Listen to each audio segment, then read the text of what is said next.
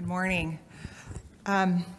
We had a great day yesterday with the patients, and I want to thank all of the medical professionals and industry that were here to answer their questions and support them, and it meant a lot. We had a great night last night. We had a lot of fun, and so much fun that as I was last night trying to use my Marriott Visa card to get into my room and getting frustrated and realized I am so tired, that's not my key card.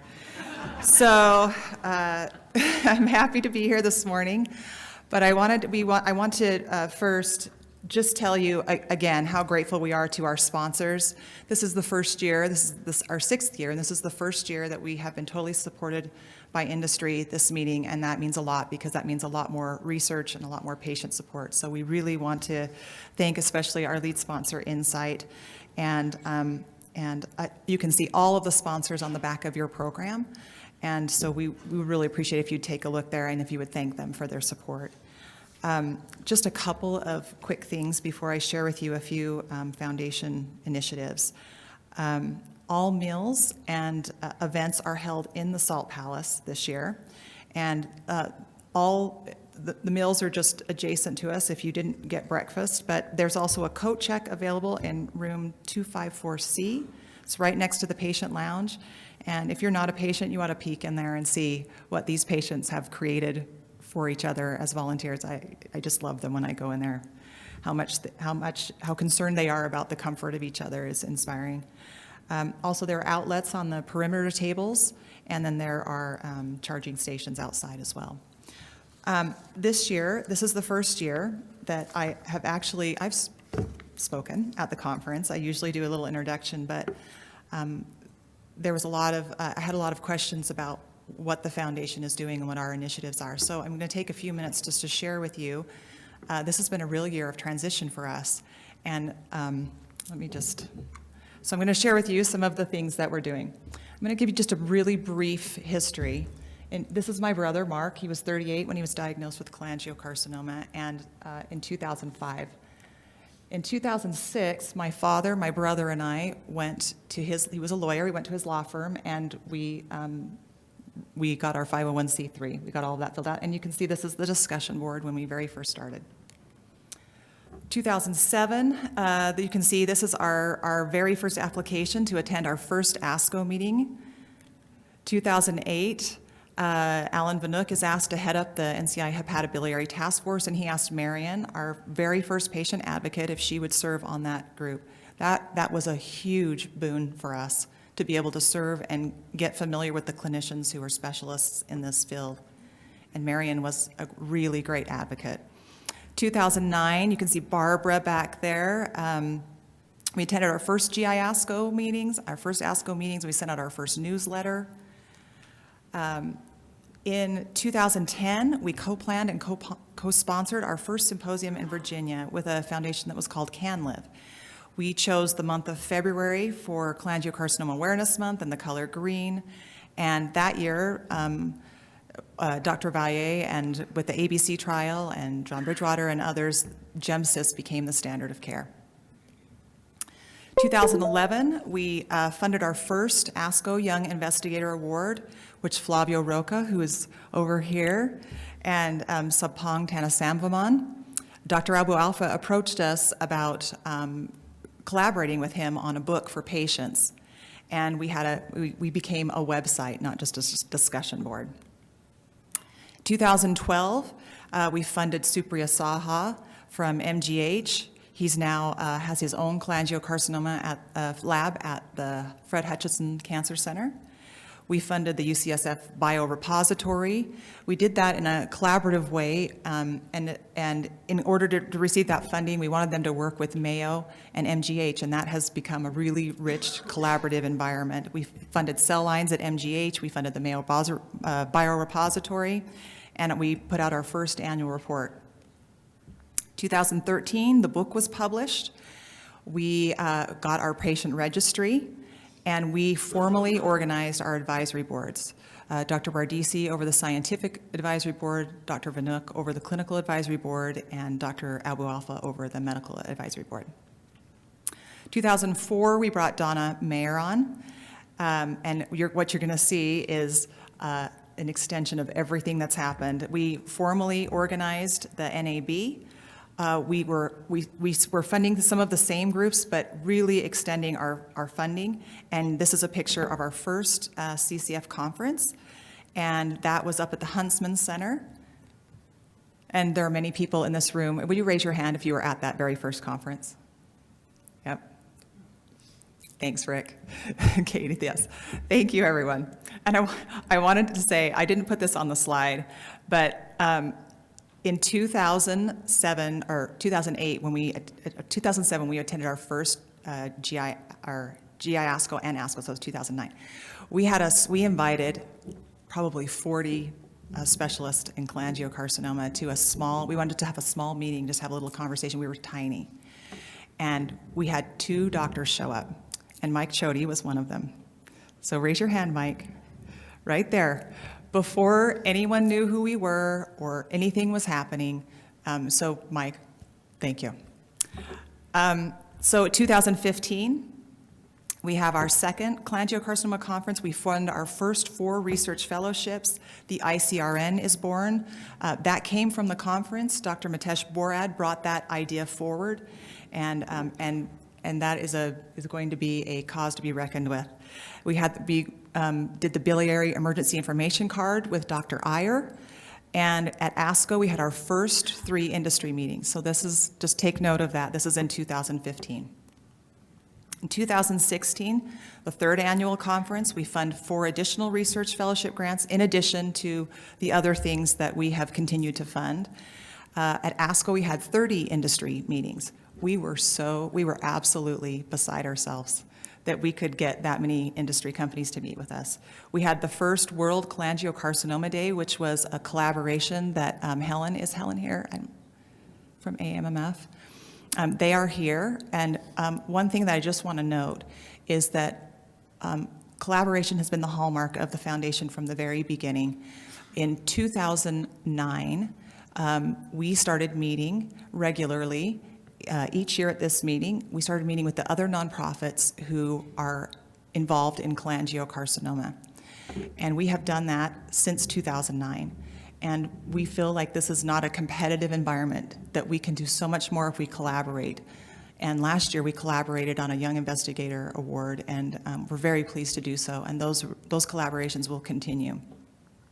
So we also we received our first PCORI grant. We did a Delphi panel at ASCO. We did our first industry forum, and for the patients that means that we brought industry in to meet with the investigators and talk about different concepts and ideas and things that we could do to get more access and more options for patients. And then we became a member of GICA, a founding member of the GI Cancers Alliance. Okay, it's 2017. We have our 4th annual conference. We have the second industry forum there. We have our second PCORI grant, which we established the EPIC program, which Dr. Schroff has helped us do every year. We're so grateful for that, and such a great empowering event for the patients to be involved in. That's an event, it's engaging patients in cholangiocarcinoma, where industry partners and clinicians and patients come together.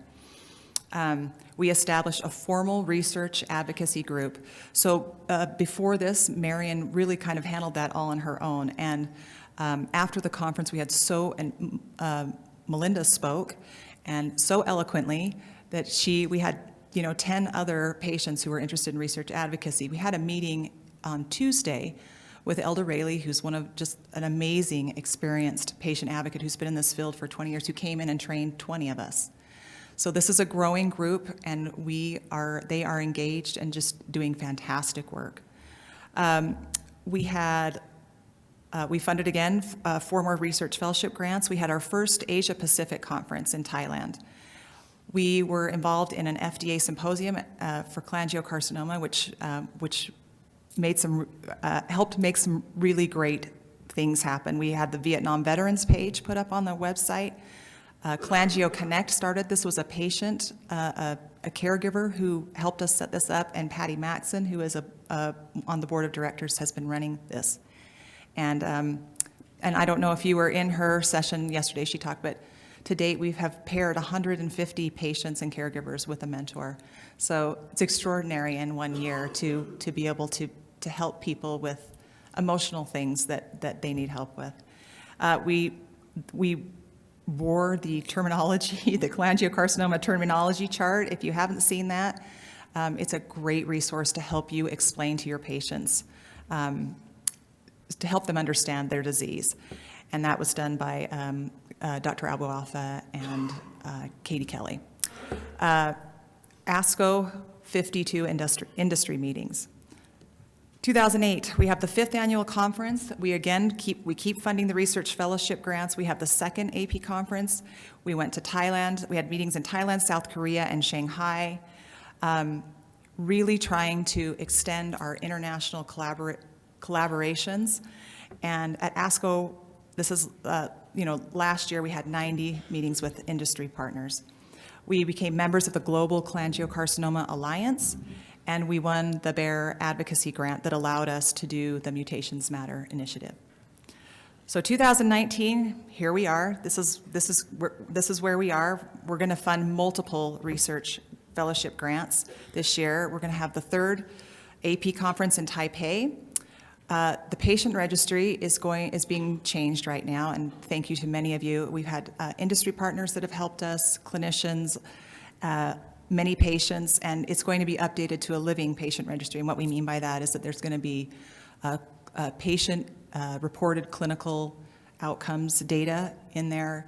We'll be able to contact the patients if they have a certain mutation and let them know about clinical trials. There are going to be a lot of great things are coming. We started that 4 years ago, and in 4 years, we didn't even know about many of the mutations that the patients have targeted treatments for now. So it needed updating, and we're working on that.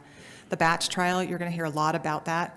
We're so excited to be advocating for that and to have such a strong advocacy relationship with all the investigators who are working on this.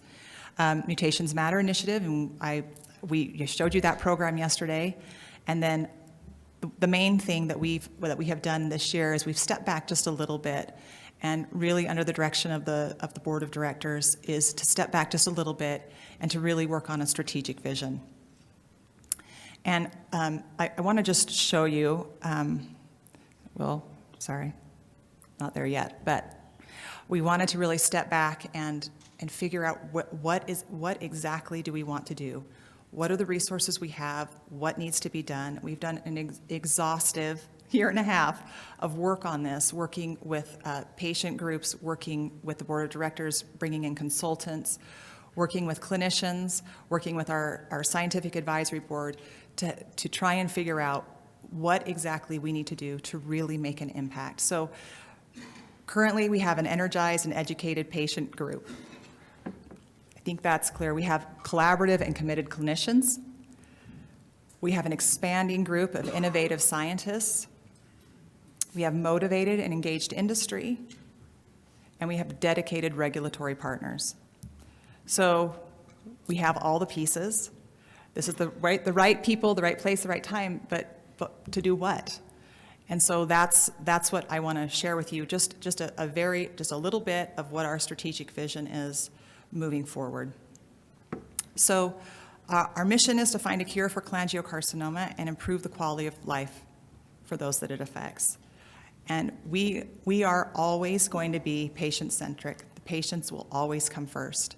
We want to lead in collaborative opportunities, and we want to maintain a sense of urgency always.